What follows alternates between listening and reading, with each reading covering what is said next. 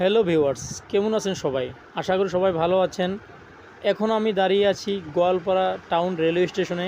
আজকে আমি যাচ্ছি আমার বন্ধুর সঙ্গে নিউ দিল্লিতে কিছু বিজনেস পারপোজে।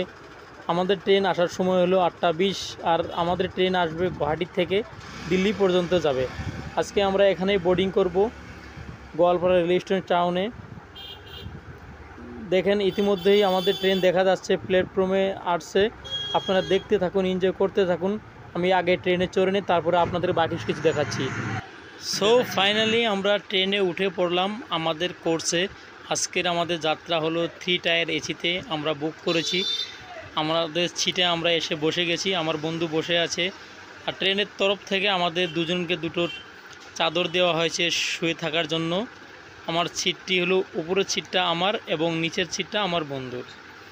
আর আশেপাশে যারা কো প্যাসেঞ্জার আছে তারা দেখেন সবাই শুয়ে আছে, কারণ ট্রেনের ভিতরে অনেকটাই ঠান্ডা এসি, সেজন্যই সবাই শুয়ে শুয়ে যার যার কর্মস্থলে যাচ্ছে।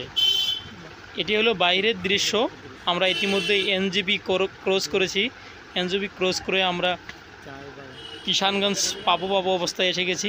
কিষানগঞ্জ পাওয়ার আগে বাহিরে যেগুলো টি গার্ডেন মানে চায় বাগিচা দেখা যায়, খুবই মুগ্ধকর একটা সিন।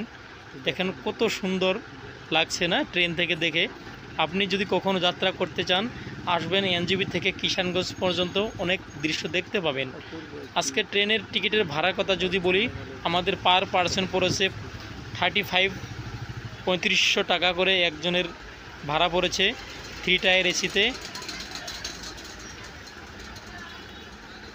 এখানে কো প্যাসেঞ্জারগুলো সব শুয়ে আছে, মানে যার যার কর্মের শেষে ব্যস্ত হয়ে মোবাইল নিয়ে শুয়ে আছে। আমার বন্ধু ইতিমধ্যেই একটি কফি অর্ডার করে ফেললো। সে বলছে 3500 টাকা দিয়ে ট্রেনে রিজার্ভ করেছি, কফি খাবো না, সেটা তো হতে পারে না। কফি খাবে আর বাইরের দৃশ্য দেখে উপভোগ করবে, এটাই হলো তার স্বপ্ন। আজকে আমাদের ট্রেনে যাত্রাপথে সময় লাগবে 28 ঘন্টা 27 মিনিট। আর ইতিমধ্যেই আমরা পৌঁছে গেছি দিল্লিতে। আর আমরা চলে আসছি আমাদের গেস্ট হাউসে।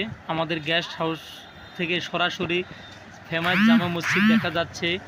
এখানে এটি হলো সেই ফেমাস জামে মসজিদ। আর এদিকে পূব পাশেই আছে, ডান পাশেই আছে সেই ফেমাস লাল কিল্লা, রেড ফোর্ট। দেখেন, আমি জুম করে আপনাদেরকে দেখাচ্ছি, এটাই হলো সেই লাল কিল্লা, ফেমাস লাল কিল্লা। সবাই ভালো থাকুন, সুস্থ থাকুন, আর আমার ভিডিওটাকে শেয়ার করে একটু সাপোর্ট করতে থাকুন। ধন্যবাদ।